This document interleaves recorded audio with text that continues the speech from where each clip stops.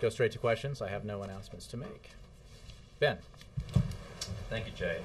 The administration yesterday condemned the assassination of the Iranian nuclear scientist unequivocally, and I'm wondering if the White House can say just as unequivocally that Israel had nothing to do with it. Well, obviously, we don't speak for any other country, Ben. We had nothing to do with it. This has been expressed by officials at a variety of levels of the U.S. government, and we condemn the violence in Iran. But we're not going to, this. You should not take from this anything except that we're not speaking for any other country when we make statements like that. But the condemnation, I'm correct in saying the condemnation from the White House extends to anybody behind it, any party, any country. Well, the condemnation is pretty clear. Right, it is condemnation in and of itself of the act of violence in Iran. But again, our statement about in response to accusations that there was American involvement is categorical. Okay, so you can't say either way. Again, I'm not going to speak for any other country. Did the President address the incident in his conversation with the Prime Minister? Well, I think we provided a readout to you. Has that gone out, Aaron? Yes, of the President's call with Prime Minister Netanyahu, part of their regular communications on bilateral and regional issues. The subjects were many, including the Middle East peace process, developments in the region, including in Iran, but I won't get more specific than that. I was going to welcome Jake back. That's Snoop Dogg. Fantastic. Sorry, out of practice of putting him on something. No. Actually, I kind of liked it, but yes. Sorry, hard pivot here, but I wanted to ask you about the video allegedly of the Marines desecrating the bodies of the Taliban fighters. Can you tell us what the President has seen that video and whether there's a concern in the White House that this incident will give the military a black eye? Well, you've heard, I think, the quite strong statements, or seen the strong statements from Secretary Panetta. We find this, we've seen the video, and what it depicts is, or what it apparently depicts is deplorable, reprehensible, and unacceptable. The alleged action is obviously under investigation, and as you know, Secretary Panetta spoke with President Karzai about it, but I don't know whether or not the President has actually seen the video. He is certainly aware of it and shares in the sentiment expressed by Secretary Panetta. Jake, welcome back. Thank you. Do you have a question for me? I do. I'd love to ask about the talks with the Taliban. I understand this, you're probably restricted what you can talk about, but apparently the administration later last evening became a little bit more willing to talk about what's going on. I thought in light of that, you could maybe share what is the goal here? How do talks with the Taliban jive with the continuing military effort against the Taliban? And what would the overall message be to soldiers or families of soldiers who, I understand that you make peace with your enemies, not with your friends, but what would the message be about such reconciliation? Well, I think that those are all very good questions. As you know, the administration's position has been that for a long time that we would support and participate in Afghan-led reconciliation initiatives as one key part of our overall strategy. As you say, you have to have these. You have to have a political solution at some point, and a political settlement is essential here, and but it is coexists with our military campaign. It is in fact our military campaign that has set the conditions for initial reconciliation discussions that we hope will begin taking place. But to be clear, we will continue to energetically prosecute the military campaign as we pursue this political effort. And our role in this is to build confidence-building measures, to bring about a set of confidence-building measures that would allow both Afghan parties, the government and the Taliban, to demonstrate their seriousness in pursuing the process and eventually begin negotiating. But it is the reconciliation process has to be between the Afghan government and the Taliban. We are helping facilitate that, but we are supporting an Afghan-led process. And the message to the families or the troops that have served there? The service that our men and women in uniform, as well as our civilians, have provided in Afghanistan has been exemplary, and the sacrifice has been enormous. And the whole point of the President's strategy is to disrupt, dismantle, and ultimately defeat al-Qaeda, al-Qaeda being the reason why we sent forces to Afghanistan in the first place, and to create breathing room, if you will, space for the Afghan government to be able to build up Afghan forces so that Afghan forces can take the security lead, which, as enunciated in Lisbon, will happen by the end of 2014. And ultimately for that country to succeed in the process of reconciliation that allows for peace in that very troubled land. But reconciliation, as you know, is contingent upon some very important criteria, including laying down arms, renouncing al-Qaeda, abiding by the Afghan constitution, including its provisions for minority rights and women's rights. So this is not. It is not without conditions that this reconciliation process would take place. And lastly, I'm sorry, the U.S. possible confidence, the role that the U.S. might play in confidence-building measures may be the release of 5 Taliban prisoners at Guantanamo. I know that no decision has been made, but it's certainly a possibility. What can you tell the American people about these 5 Taliban and why the U.S. feels it's okay, hypothetically, because it is being discussed, why it might be acceptable to release them to the Afghan government or to release them to the Taliban? Well, a couple of points. One, as you point out, we have not decided to transfer any Taliban officials from Guantanamo Bay. 2, we're not in a position to discuss ongoing deliberations or individual detainees. But our goal of closing Guantanamo is well established and widely understood. In general, any decision to transfer a detainee from Guantanamo would be undertaken in accordance with U.S. law and in consultation with Congress. The process of transferring detainees out of Guantanamo Bay has been ongoing. This is broadly and not specific to your question, but has been ongoing for a long time and obviously predates this administration. And each transfer is done, again, undertaken in accordance with U.S. law and in consultation with the Congress. Thank you. Let me go up and back here. Cheryl. Jay, this morning the U.S. Chamber had a big event where leaders spoke about their policy positions, calling on the administration to pass Keystone as quickly as possible to create as many jobs as possible. Where's the president on that? Well, it is a State Department-led process, as you know, Cheryl. The fact of the matter is, as you know,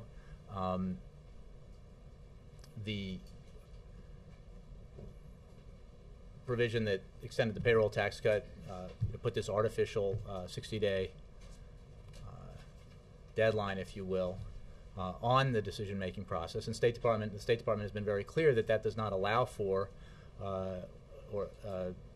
the kinds of reviews that are necessary. To underscore that point, I think it's important to note that not only has no route been identified by the company, but the state of Nebraska, which will now do their own assessment of whatever the proposed alternate route is, has made clear in recent reports that their own environmental assessment would take 6 to 9 months. And the point I'm trying to make here is that there is a reason why this process has within it the duration required to properly review all the different aspects of a project like this and to weigh all the important criteria. and to try to circumvent that process is, as we said at the time, counterproductive, we believe, to even the goals stated by those who insisted on trying to do that. Having said that, I have no new information, and I refer you to the State Department about that process. Jessica? As you may know, Mitt Romney said to CBS in an interview yesterday that that the attacks on Bain Capital and his business are a lot like, are unfair given what the president has done in his effort to save General Motors and Chrysler. He said, in the general election, I'll be pointing out that the president took the reins at General Motors and Chrysler, closed factories, closed dealerships, laid off thousands and thousands of workers as he tried to save the business. Does the White House agree that in the case of the auto industry, it was necessary for some people to lose their jobs in order to save these businesses? The fact of the matter is, Jessica, as you know, is that the automobile industry in this country was heading over a cliff and would likely not have survived were it not for, certainly not at its size and competitiveness, were it not for the decision this president made. A decision which I believe certainly the candidate you're referring to, but I believe all the candidates for the Republican nomination opposed. So, I mean, I'd be delighted to recite to you, as I did the other day, the very impressive statistics about the revival of the American automobile industry, including the two major companies that this president acted to save, and in doing so insisted on the kinds of changes in those companies that would lead them to be more competitive and to have the kind of success that they've been having of late. And you know, I think the discussions you're talking about are going on within the Republican primary process, which you know, I'm not going to wade into from here. Does the White House agree that it was necessary for some people to lose jobs in order to save the industry? And I think what our action was designed to do and did do was prevent the elimination of up to 1 million jobs in the automobile industry and create a situation where that industry is now creating jobs again. So I think that's an important story to tell. And is that similar to what Mitt Romney did at Bain Capital? You know, I don't have a comparative to give to you on that. I know that Governor Romney and all of the candidates for, as far as I know, pretty sure of this, all of the candidates for the Republican nomination opposed the president's decision to do what he did to save the automobile industry in this country. And that is certainly something that the president expects to debate when the time comes in the general election. Finally, in his speech the other night, Mitt Romney accused the president of playing the politics of envy. Do you have any response to that, or want to address it? I'm not sure what that means. This president is focused on providing opportunity and security to the middle class, a middle class that has been under great stress for years now, that saw its incomes stagnate or decline in the previous 10 years, even as those at the highest income levels saw their incomes grow substantially and their share of wealth in this country grow substantially. And he is eager for everyone to succeed, and he wants to help build an economy that rewards hard work, rewards responsibility, that holds people accountable, and that insists that folks in all the different parts of our economy and on all levels of the economic ladder play by the same rules. That's why Wall Street reform was so important. That's why appointing and installing Richard Cordray as our consumer watchdog was so important, because Wall Street needs to play by the same rules as Main Street, and then the opportunity for everyone to succeed becomes far greater, and that's his approach. Bill. Yeah, I want to go back a week or so ago to the Defense Authorization Act. When the president signed it, he issued a very strong statement saying he would never carry out the provision that would allow him to allow any president to detain an American indefinitely without a trial. My question is the President intend to challenge that in any way and try to get that off the books, or leave that for some future president to exercise? Well, I think I would refer you to statements I made and others made about that at the time when the President signed the bill into law, and our concerns about that provision within the Defense Authorization Bill were well known as it was being developed. In our consultations with the authors, some of those concerns were addressed and addressed to the point where the President felt he could sign the bill because of its importance overall. And then, as you state, our approach to this has been further clarified and illuminated. But I don't think I can improve upon what was said in the signing statement or It does mean that the power will continue, the potential for that will continue for whoever the next president well, is. the President is focused on making sure that the law is implemented in a way that maintains the flexibility that our forces need to do their jobs and protect this country and protect American citizens, and he's committed to that. I don't have anything to say about future actions we might take legislatively or otherwise. I would just point you to what he has said and I have said and what others have said about implementation of this law. April. Jay, this is the 2-year anniversary of the earthquake in Haiti. What tangible results has this administration seen since giving funding for that country that's still devastated? It is, as you note, the 2-year anniversary, and the earthquake and the damage that was done was indeed devastating. What I can tell you is that there are signs of progress and promise in Haiti. The significant portion of the rubble has been cleared. A large portion, a majority of the folks who were living in tents and similar type housing have been located into better places. And I think I can give you more detail about the actions that this administration took, that this president took immediately, including establishing the I believe it was the Clinton-Bush fund and the reaction to Haiti, and we remain committed to Haiti and to its recovery from that terrible earthquake. Since you say this administration remains committed, before the earthquake, Haiti was considered the poorest country in the Western Hemisphere, and many people have had guesstimates saying that it would take more than a decade, decades even, to make it just come back to where it was. What is the guesstimate now? I mean, those guesstimates were right outside of the earthquake. What are the guesstimates now? How long does That's an excellent question, and I simply don't have an answer. I can research it for you, or perhaps State Department might have more details. But the I mean that country's very difficult history obviously predates the terrible earthquake, and the earthquake did that country no favors, and the hardship there is well known and extraordinary, and we've been working very hard to assist Haitians in this very difficult time over the last 2 years, and again, progress has been made, but circumstances there remain very challenging. Mark. Jay, in your comments on the Marine video, did you intend to suggest that it may not be what it appears to be?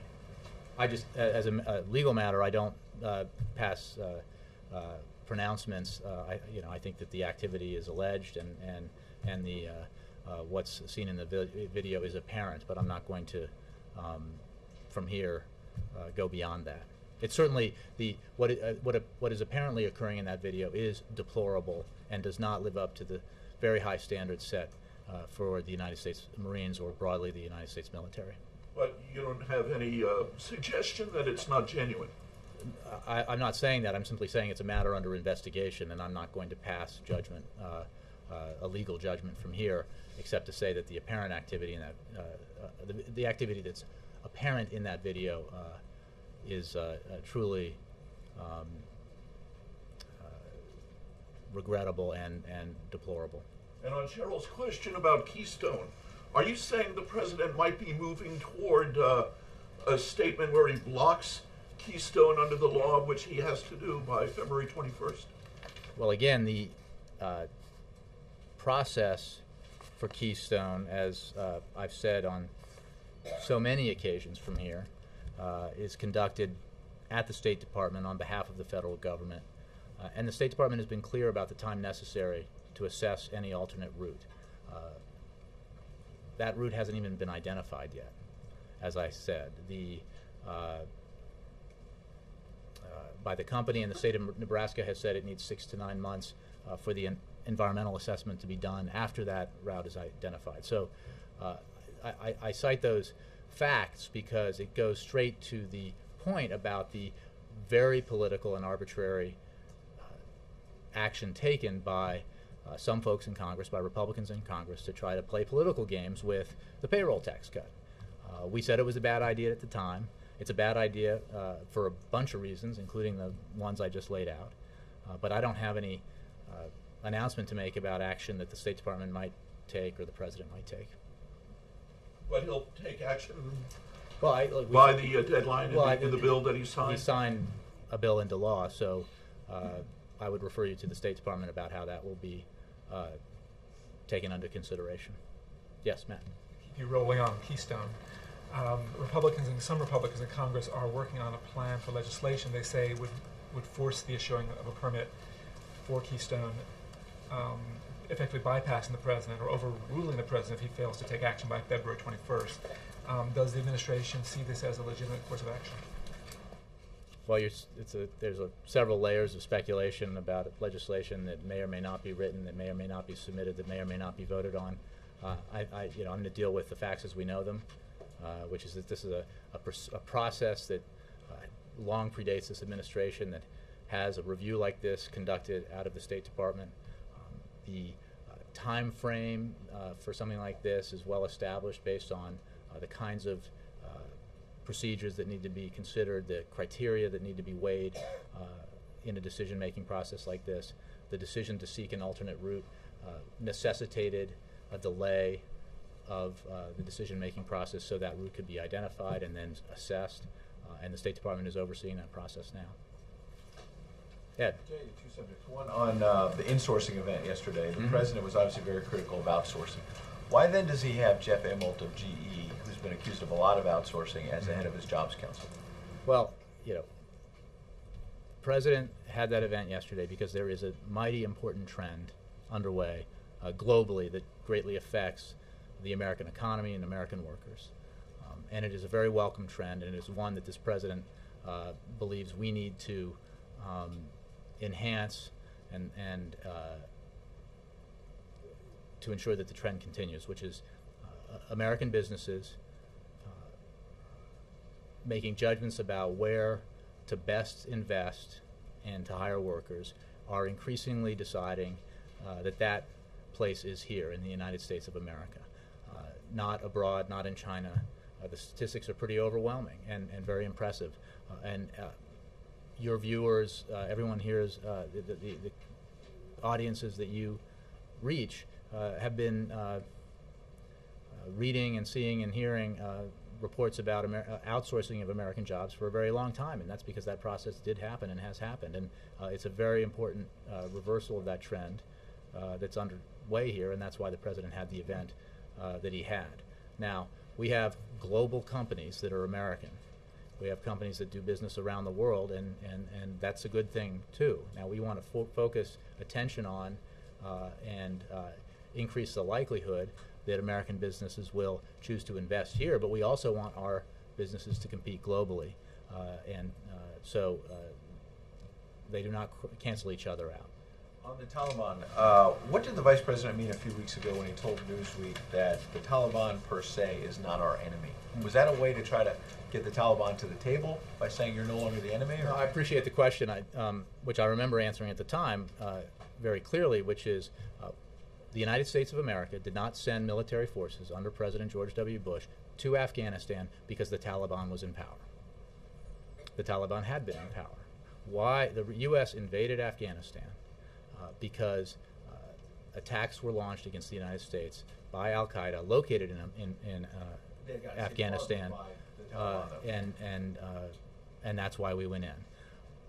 His point is that there is not our number one objective, as I just stated in the President's Afghanistan policy, is to disrupt, dismantle, and ultimately defeat al-Qaeda. I think the President's focus on that goal has been clear to the American people now for quite some time, both in the approach he's taken in Afghanistan specifically, and in the approach he's taken in terms of taking the fight to al-Qaeda, most memorably by the decision he made to remove Osama bin Laden from the battlefield. What remains true, as I was saying earlier in answer to Jake's questions, is that peace in Afghanistan will come through reconciliation. There has to be a political settlement. That has been the policy for a long time. Reconciliation of the Taliban is conditional, and it would require any Taliban soldier or official to renounce the use of violence, promise allegiance to the Afghan constitution, disavow al-Qaeda, but there needs to be a political settlement. Now, and for all the reasons that I've said. In the meantime, our military action, the heroics of our military forces, have helped create the conditions that allow for the possibility of negotiations to begin, and we will not let up in that effort. So I think that is a fuller explanation of what the Vice President was talking about. Welcome back. Oh, everybody's back now. Did something happen? Is there a lull in the action or something? Okay. I want to follow up on Iran. What is the stated U.S. policy when it comes to Iran's attempt to gain this technology? Administration is committed to preventing Iran from obtaining a nuclear So weapon. it's fair to say that covert action would be on the table. Well, I'm not going to discuss those kinds of things from here, but we have a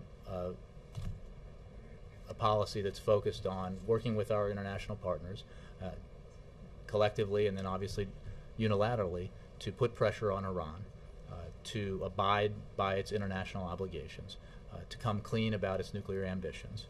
We have provided numerous opportunities for the Iranian government to act on the international community's invitation to get right by their obligations. And we will continue to take action to add pressure, increase their isolation, and until they make the right call. But you can state definitively that it wouldn't be the policy of the United States to covertly assassinate people. Well, look, Involved in some sort of attempt like that. What we've said is that we deplore the violence, deplore the action. The violence of well, all of the assassinations. it is, it's a matter of U.S. policy in terms of the kind of action that you talk about. So I'm not about to revise that from here. This comes up in relation to a specific incident that we have made clear that we had nothing to do with. We've rejected those accusations. We are engaged in an effort to try to pressure Iran to live up to its obligations, to give up its nuclear ambitions, nuclear weapons ambitions, and we will continue to engage in that effort. How concerned are you about retaliation? Is the U.S. government concerned about retaliation? Well, I think we've been categorical and clear about the fact that we were not involved in the death of this individual. Our concern about Iranian behavior is ever present, and we are very vigilant and mindful of various threats that can be that are made, whether they involve the Straits of Hormuz or other areas or issues. So, but I don't have a specific level of concern to convey to you.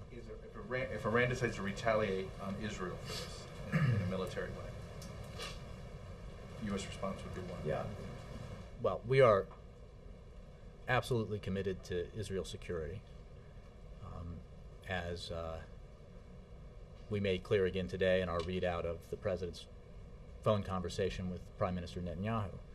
But I'm not going to speculate about what we might do if some action were taken by another country. Was there any concern, by the way, of making that readout public because that it might feed the conspiracy theorists in Iran? Look, I don't think there's any secret to the fact that we have an important and ongoing relationship with Israel. We have many important issues to discuss with the Israeli government. The President has many important matters to raise with Prime Minister Netanyahu and vice versa. So that's those conversations are regular and ongoing. And just one final question: any reason why you kept cameras away from the president visiting his campaign re-election headquarters? It was an OTR. I think it was a brief drop by. Love when we cover OTRs at delis, and barbecue restaurants. Yeah, I think this was campaign re-election headquarters on the fly and brief. The president was very gratified to have the opportunity. I think it underscores the point I've been trying to make from here in answer to questions about the president's re-election campaign, which is that he is here in Washington focused on doing his job as president. So you weren't concerned that He this is. would make him look otherwise? Well, no. I mean, look, he obviously had campaign events last night in Chicago that you all covered. I mean, we're not hiding the fact that he is engaged in some campaign activities, but as little bit. You try and minimize it. Mark, I try and give you the facts, which is the fact is the president's re-election campaign isn't across the river in Roslyn, isn't in Washington, it's in Chicago, halfway across the country. And Chuck's point And that is reflects that if he the makes a rare president. visit to his campaign Well, headquarters. look, we can debate campaign access. We made clear that he went there. We made clear that you guys come into his pools, come into his when he speaks at these campaign events, and we'll continue to do so. We release the campaign releases information about its campaign goals, and we're obviously there is a robust effort underway based in Chicago to ensure that this president is reelected so that he can continue to take action to help the American economy grow, to help it create jobs, to protect the middle class, and protect the country as a matter of national security. So we're not at all shy about that. Chuck's question. Let me move around, Julia. Yes, thanks, Jay. So today, Up and back, as I do a lot. Yeah. I saw the Department of Justice memo that they okayed the appointment during recess of Richard Cordray, but the date was January 6th, so it looks like it came to the White House. Cordray was appointed on the 4th, so then does that mean that the decision was made without the approval of the Department of Justice? No. The fact is the opinion was rendered verbally prior to the date of the opinion itself. The opinion was based on the advice provided by OLC, and it is very standard for, especially as you see in the lengthy opinion that was put out, for those things to be developed over a period of time. And this is the time frame for this is very similar to my understanding to previous occasions. So the decision was the opinion was rendered before the decision made by the president. That's my understanding. Yeah. Yes, ma'am. Thank you. Well, I wasn't talking to Roger. Thank you. A couple of questions. Apparently, there's military exercises underway between Israel and the United States. Do you have any details? Is that part of a warning to Iran? I'm not aware of that. I'd refer you to the Department of Defense. And what's the situation with the American who's under arrest and accused of spying in Iran? Anything new on his situation? Well, I've spoken to this a few times earlier this week with regard to the absolutely invalid accusations and sentence levied against him. So we call on him to be released immediately. Finally, on talks with the Taliban, are you pressing the Taliban to change their attitude toward women? I think, Connie, I've made clear today and on many occasions that reconciliation is contingent upon members of the Taliban laying down their arms, renouncing allegiance to al-Qaeda, and abiding by the Afghan Constitution, which includes provisions protecting the rights of women. Let me get to Roger, then you, John Christopher. Yeah. Thank you. I was wondering if you had an update on when the debt ceiling request is going to go. Days, not weeks. That was true a couple of days ago, and it remains true. I don't have anything more specific for you. Well, in that it's not weeks, it's imminent. But when we have something more specific, we'll give it to you. Dan. Thanks. There are a number of Asian leaders who are going to be visiting the Gulf region, Saudi Arabia, China's premier going there, and South Korean Prime Minister going as well to the region. Is the President satisfied with the progress that Geithner has made in terms of trying to get the oil issue resolved in Beijing? I mean, just some progress with Japan apparently, but what about the Chinese position at this point? Well, we've been pleased with the progress that has been made. You noted Japan.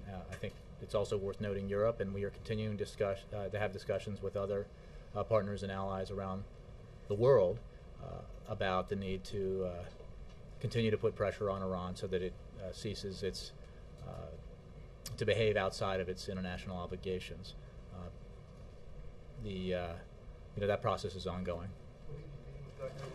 I'm sorry? Will he be meeting with Geithner? How soon will they talk about what was accomplished on that? He being the president? I'm not sure when Tim returns, but Secretary Geithner is in these hallways quite frequently and sees the president quite often, but I don't have a specific meeting to announce. Jay? Yes, sir. Regarding the reconciliation process, has this administration been in contact or discussions with its allies, including Great Britain, regarding this process? I'm sure that we are in consultation with all the ISAF countries and with all our allies on this matter. I don't have anything specific to impart to you about that, but you can be sure, since this effort is an international effort, that we are consulting with and engaging with our allies. Mm-hmm.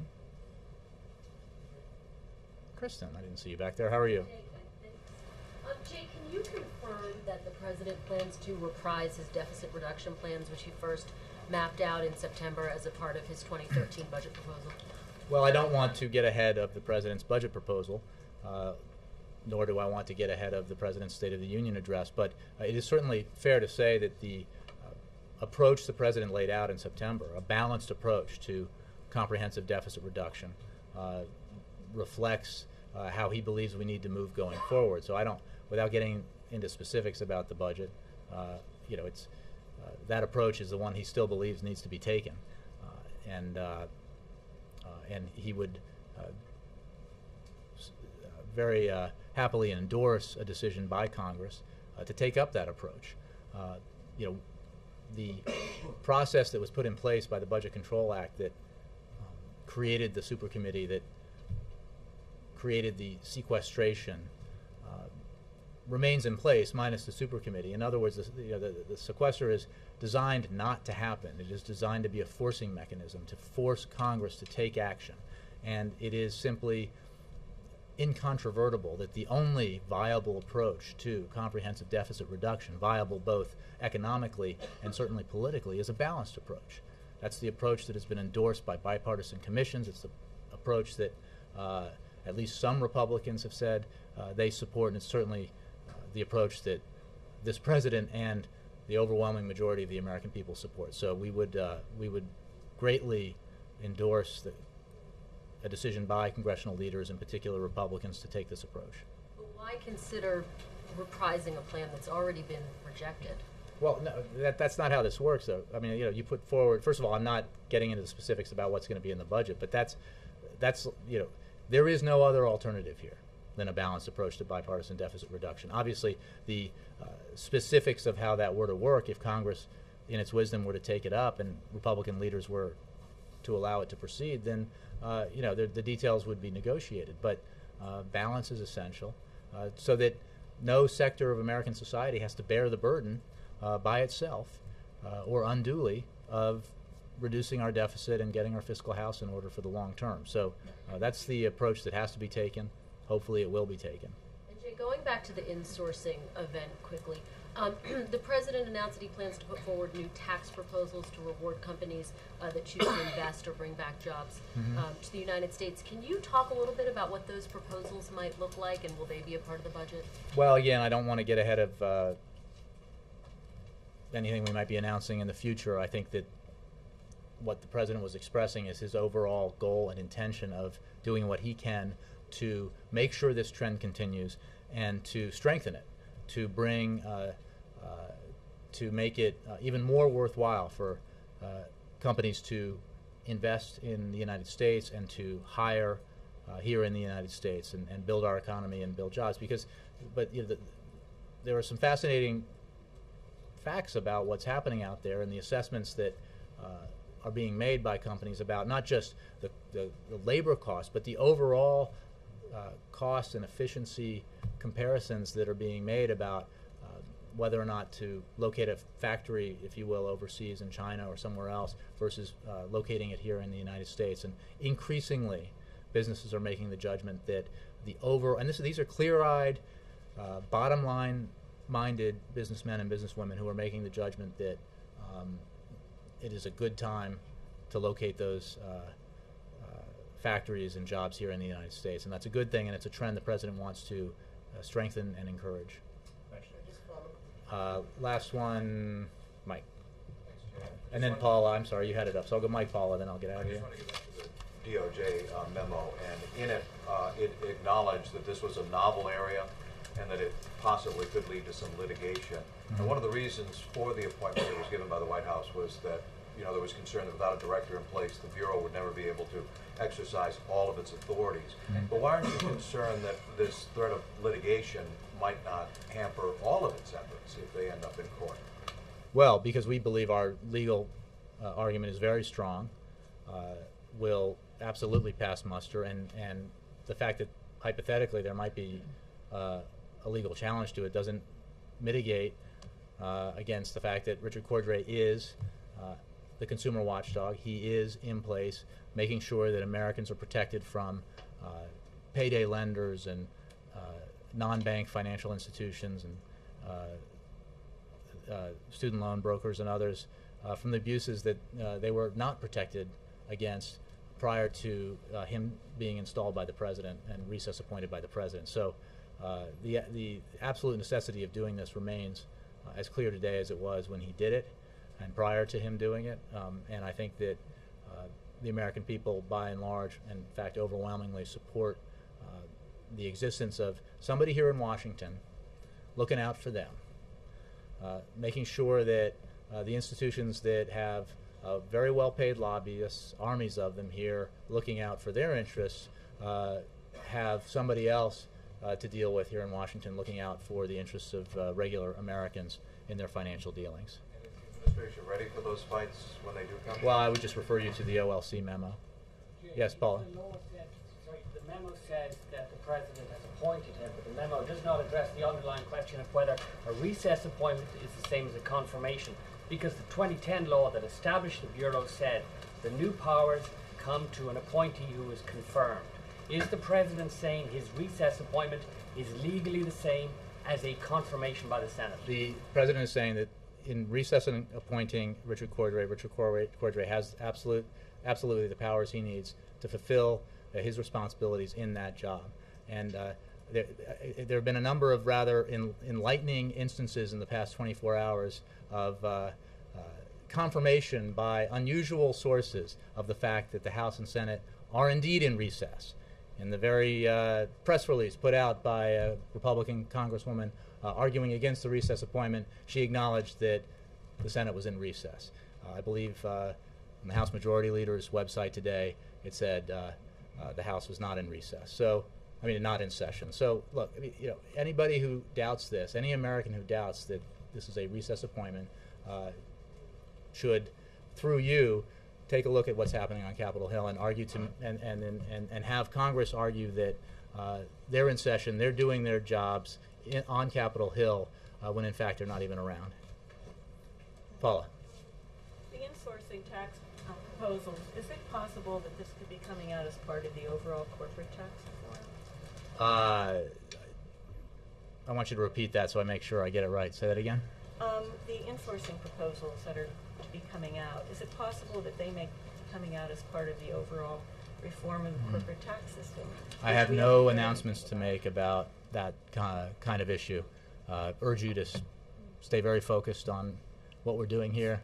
State of the Union address is coming up. The release of the budget is coming up. Lots of really interesting things to cover. What is the State of the Union? Well, we're getting stronger. Is that the wording that's in the draft? No. Thank you all very much.